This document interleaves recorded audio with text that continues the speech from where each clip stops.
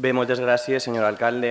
En primer lloc, em permetran que mostre la meva solidaritat amb la companya i diputada Mireia Mollà per les acusacions i per l'actitud dels representants del Partit Popular a les Corts Valencianes. Dit això, quan vostè parla d'aprovar un pressupost en solitari, parla de que l'han aprovat 4 de 5 partits d'aquest plenari i, per tant, el concepte en solitari el tenim prou diferent. Vostè parla d'oportunisme, de demagògia, de fotos.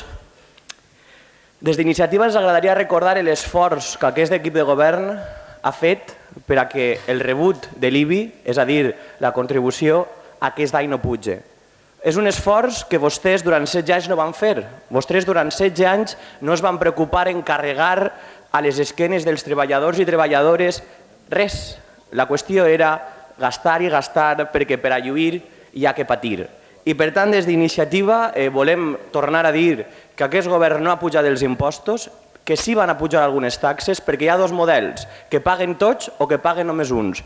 I nosaltres, en aquest sentit, creiem que el fet de reivindicar que l'IBI no puja després de 16 anys demostra que aquest govern no vol asfixiar més a les famílies, però en canvi després entendràs que els serveis n'ha que pagar-los, que la llum n'ha que pagar-la, que el servei d'esports cal pagar-lo, que les activitats culturals cal pagar-les i, per tant, els diners no cauen del cel a no ser que sigues Bankia. I per tant, nosaltres el que sí que anem a fer, o ja hem fet millor dit, ha sigut votar no, perquè creiem que és un oportunisme i si hagués sigut només una oportunitat ho haguéreu pogut fer fa escassament un any. Moltíssimes gràcies.